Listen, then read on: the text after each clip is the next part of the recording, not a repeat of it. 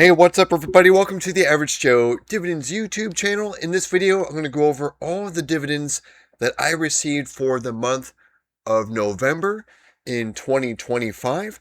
And what I'm showing on my screen right now, this is my taxable M1 stock brokerage account, my Average Joe Dividends portfolio, and this is about 15% of my current net worth. And the purpose of this portfolio is to generate income for me, as well as have stock appreciation as well. I want my cake and eat it too. This is not just for dividend generation.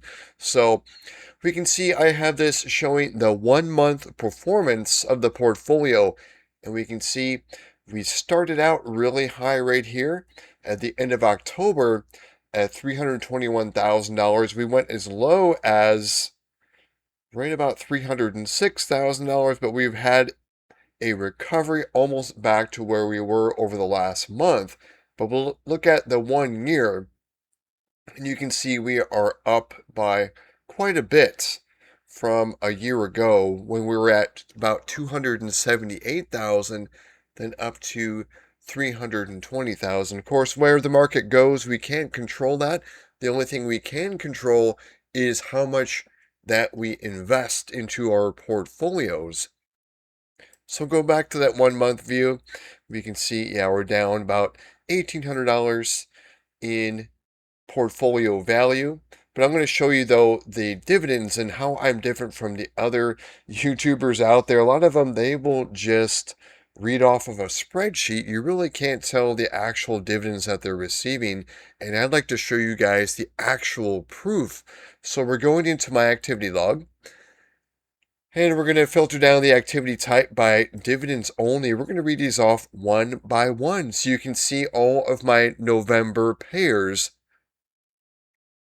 And we're going to start out with the first one. Very nice dividend that came in from Verizon. So 66.69 was paid on November 3rd. Then on the 5th, PNC paid $11.04. And then the 5th as well, Lowe's paid $9.50. Then on the 10th, American Express that paid $7.55. Apple paid a dividend of $4.18 on the 13th. And then Realty Income, this is a monthly payer. On the 14th, this paid $1.08, but it also paid $13.98. So it paid, looks like in 2 times. I'm not sure why it did that. But M1 split that one into 2. You can see there. AbbVie on the 14th also paid $45.28. Costco on the 14th also $4.66. And then on the 17th, Procter & Gamble $11.72. Then the 20th, Caterpillar paid $9.96. And then BST, the big one that hits every single month, hits as well every single month as well, $537.28. And so what I'm going to do with that next dividend is with BST, what I do is I distribute that into the portfolio and I don't just drip it right back into BST. So tune in for tomorrow's video where I'll show you where this dividend drip is going to go. And I'm also going to deposit $250 additional of my own money back into the portfolio. So we're going to have quite a big buy with that 537.28 along with an additional $250. So we're going to go and we're going to take a look at this on my sheets, my tracking sheet. And we'll go over here. This is my Google Docs spreadsheet. I'll leave a link below to this and also to my M1 Pi so you can see what's all in my portfolio. You can see different shades of green. We are in the medium green because we're in the second month of the quarter. I'm going to scroll down here. We're going to see all of our dividend payers here on the sheet with the amounts that I just read off. Remember, Verizon was the first one, that's $66.69. And the total is $722.92. So $722.92. We can take a look at the next dividend is larger for all of these. And that's because of dividend drips. And looks like I bought some BST here. I sold HPQ, and I believe I put most of that or all that into BST to really raise that next dividend. But remember the 722.92. But then this same group is going to pay next time. It's going to pay 733.14, and that's if I don't put in any more fractional buys, which I know I'm going to do. So it's going to be even higher than that. So let's take a look at my dividend tracker. We're going to do some historicals on this. Uh, Before we close out the video, we can see the dividends paid by month starting back in January 2019. I'll go back to this. I'll show you when I started the portfolio. It was a while ago. We'll go to all time here. I really had like no dividends back here. So September 13th, 2017 is when I opened up the accounts. Looks like I put in about $200 to start it out with. You can see just a few $100 and how I've just ramped this thing up over time. But I started tracking the portfolio value on this sheet at January 2019. I started doing the videos right here in January 2021. So you can go back in time and see those and see my very first dividend video where it was $37.41. We're going to fast forward to where we're at right now. And you can see though, the first month of the quarter pays the lowest, like January, February, then March, and then April, May, June. So we're in the two smaller months. We just paid, or we just completed the second smaller month, but December is going to be a really big month. And you can see that here's the 722.92. We'll go back in time a couple Novembers. We'll see where we're going. You can see last year was 671.98. We'll go to the year before. It was 619.44. So you can see we're definitely trending upwards as I'm putting more and more into this portfolio. I'm dripping more and more dividends in this portfolio and also getting dividend increases. So we can see the average monthly dividend. This is like the monthly paycheck from this portfolio right now is at $1,122.85. And we've increased that monthly dividend by $6.63. You can see here's the annual dividends. And then here is the deposits I've made in the month of November. So an even $1,000. And right now, the current strategy is $250 per week. And when I have 4 Mondays, it's going to be $1,000. So we're going to get this sheet ready for the next month. Since we're already done with November, let's get this sheet ready for December. And I'll show you what I do with this. Since we've already read these off, the 722.92, we've got it in the dividend tracker tab as well. We're going to go ahead and we're going to delete this. And then we're going to change the colors here to white because we're going to go to December now. But there's a couple we don't have yet, and that's Broadcom and SCHD. We don't know when those are going to pay. We're going to set those though for the darker green, and as well as O and BST. We'll do those, but we're going to look up the new pay dates for O and BST. So we're going to go here. I'm going to dividendinvestor.com, and they haven't declared their, I'll show you, I'll go over to BST. It hasn't been declared, but we can kind of do some digging to see when BST is likely to pay in December. You can see it still has the old date, which was the 29th. I add 1 day because M1 has a 1-day delay. So we're going to go to dividend history detail on BST, and we'll see the last time it paid in December.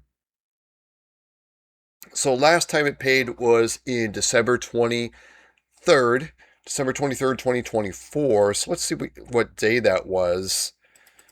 We'll go to December 2024. So it paid on the third Monday. Was it the last Monday? No, it's the third Monday. So we're going to find a third Monday of December 2025. And we're going to add a day to it because there's a 1-day delay.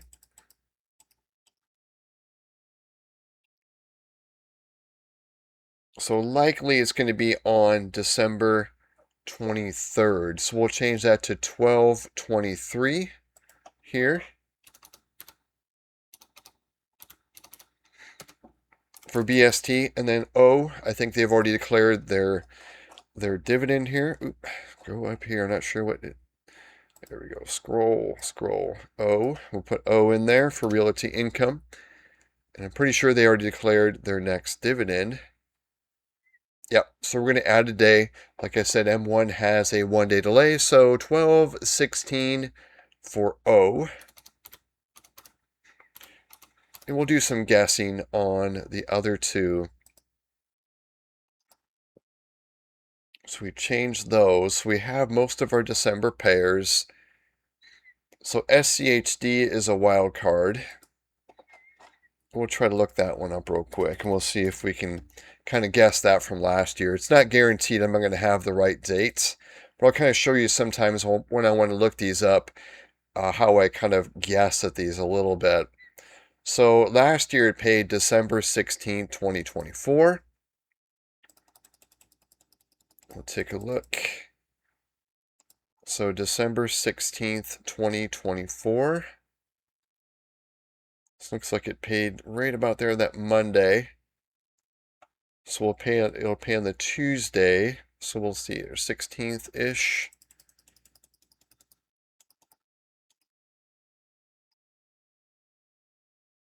And we'll take a guess. Let's see here.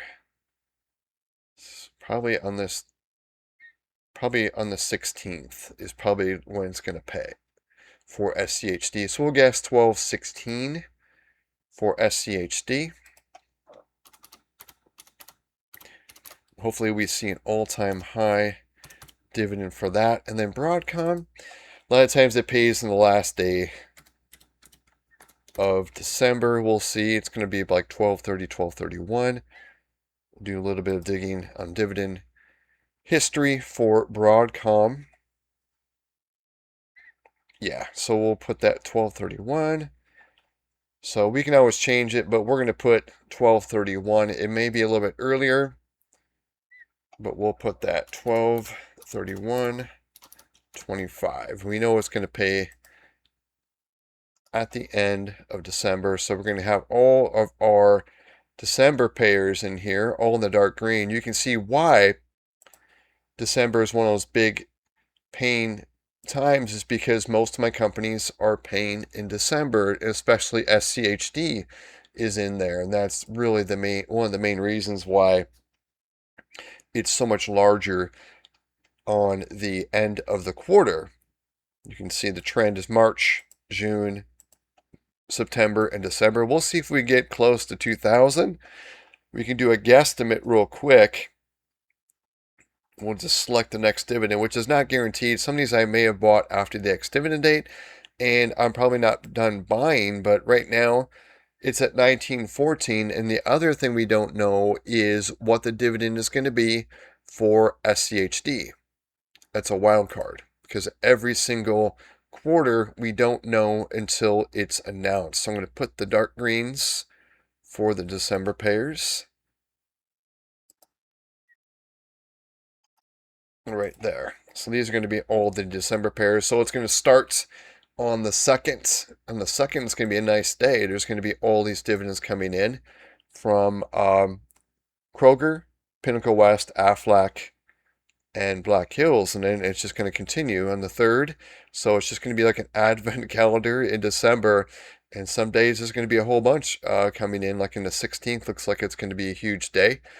And that's if SCHD does pay in the 16th, it's going to be probably well over $1,000. What I'm doing is this dividend right here in purple is the rolling 12-month average of SCHD. So it could go up a little bit, and we'll see if it does. It could go down a little bit, but we'll see what it is. But I'll update the rolling 12-month average, which will affect the cash flow average of the portfolio, but it's going to differ a bit. This number is not going to be what the Q4 SCHD number is going to be. So again, it's going to be the rolling 12-month average, because that SCHD dividend, it goes all over the place. It goes up and down, especially in Q1. of every year is usually the lowest. So that's why I decided to kind of lock it down and use that 12-month rolling average for SDHD. So it's not such a roller coaster ride with this average monthly dividend right here. So it kind of keeps it kind of flatter, or it goes up slowly rather than have those big jumps like in Q2 when that dividend goes way up for SCHD. Then it really makes it artificially shows it way higher, and I'll show you what I mean. And that's where I started using SCHD trailing 12-month dividend. I'll show you some instances. Yeah, the dividend decrease when annually SCHD has it goes up steadily. And there were some times where here's a dividend decrease again. SDHD, I got tired of kind of showing those and explaining those over and over. But even though I did the 12-month rolling average, though it seems like I'm still explaining that. So we'll close out the video. And we closed out in November, and I don't think it was quite all-time highs, but it's pretty close. And I'll show you the rest of my net worth, the other 85%, because what's over here, the 320,000. This is about, yes, I'm still here. This is about, again, 15% my total net worth. And again, if you're curious to see what's all in this portfolio, I'll leave a link below so you can see the 48 different positions. But you can see, though, the largest position, though, is SCHD with BST in here.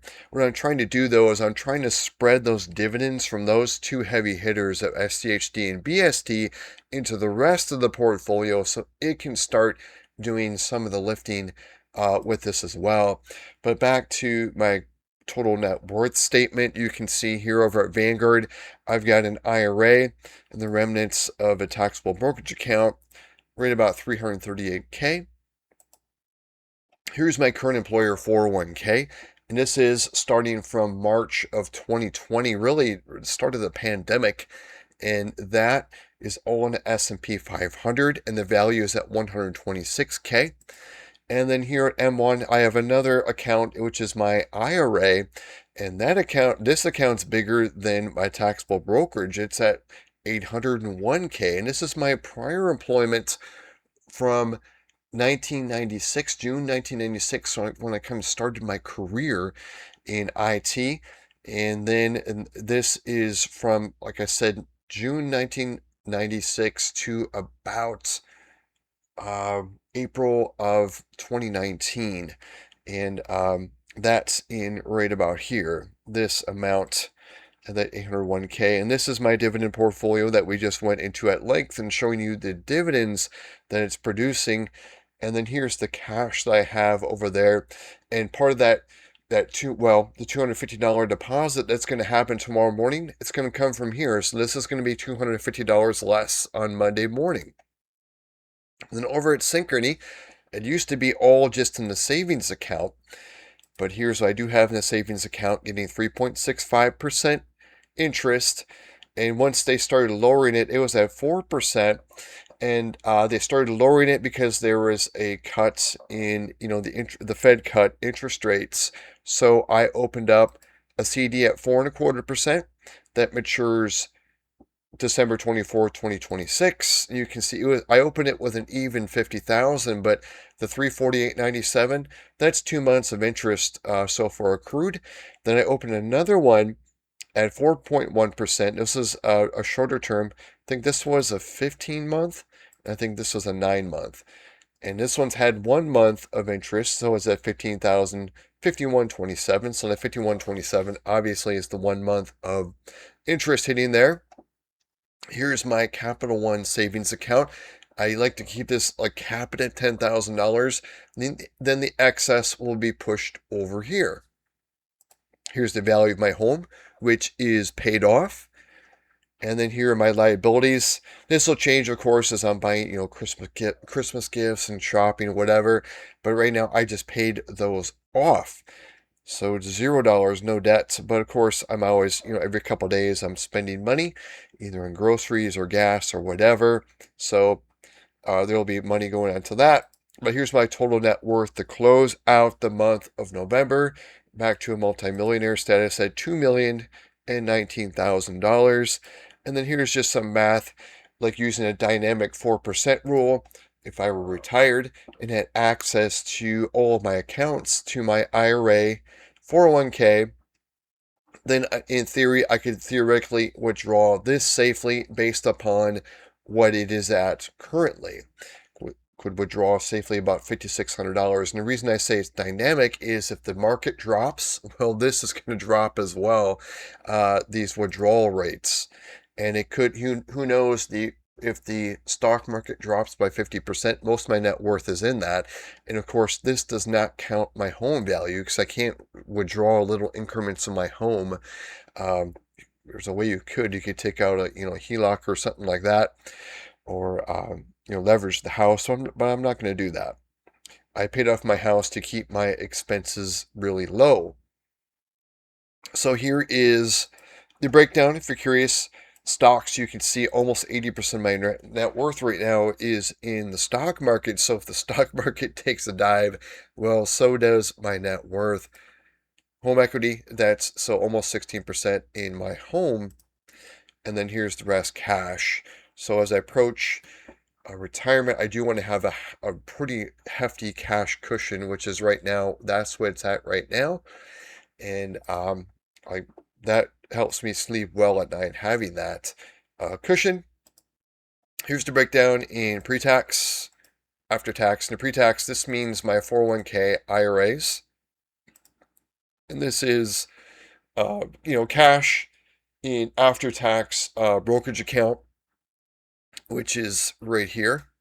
You can see here, a lot of people, they'll say, it's interesting, you'll hear it a lot in commercials, investing in your home. This is your biggest investment. Well, my dividend portfolio over here is already larger than my home value. You can see other things out here, like my IRA, just over at M1, is much larger than my home value. So that's, to me, very false. If your home is your largest asset, chances are you're not going to be financially free. So you want to kind of keep that in mind and kind of change that psychology of thinking that your home is your biggest asset. It may be your biggest purchase in life, but don't make it your largest asset. So that's all I had to show you guys for this video. We went over all of the dividends. If you missed them, just rewind it. So, but the total was from the portfolio, $722.92. I can show you though from all sources. We'll go over that real quick. And so the ETFs out here in my IRA did not pay any dividends in November, but they will in December. I get 8 cents from the money market account, and that's because of the remnants of my taxable brokerage account, $23.72, that earned a whopping 8 cents. But over on my IRA, remember the 801,000, that has some BST in it, and that paid $485.36, which was reinvested back in the portfolio. I bought some VU, so I bought more VU with that. Here's the $722.92. Here's the interest from my M1 savings account, $21. And over at Synchrony, here's the interest earned on the 3.65% portion. Here's that CD interest, and here's that CD interest, the 177.51. And then Capital One on the checking account earned 2 cents, and then on the savings account at 3.4%, they earned $44.09. So here is all the dividends and interest from November was $1,600, $1,611.36 for total. Then here I have to add in, I haven't completed this yet because today I'm going to spend some money, and since it's still November 30th, so I'll add this in. I'll update this tomorrow. I'll probably show it with my buy video going over my net worth, which will go up and down because we don't know what the Monday market's going to do. It'll change that. But I'll show you this. I'll go over what my second paycheck was in November. We'll add that in. And then my expenses. My expenses so far are going to be quite low, below the $3,000 mark in here. But I don't want to spoil it. Maybe even below the $2,000 mark. But we'll see what that is. But here was the closeout of my net worth at $18,600, just kind of rounding that to the nearest $100. Then what I'll do is I'll add another column in here, December 25 dividend, and it's going to be a large one because, again, we saw that December pays the largest of all the payments for my dividends. December is going to be the big month, and we'll see if we, how much larger than 1909 we can do. Definitely going to break that 1750 from last year. It's going to be a lot higher. Hoping to break, get one of these months, December's, get above the $2,000 mark. That'll be nice. So that's all I show you guys for this video. Thanks for sticking to the end of the video. If you got value from the video, please click the like button. Also subscribe so you do not miss future videos. I hope everyone has a great rest of the weekend. Everyone take care.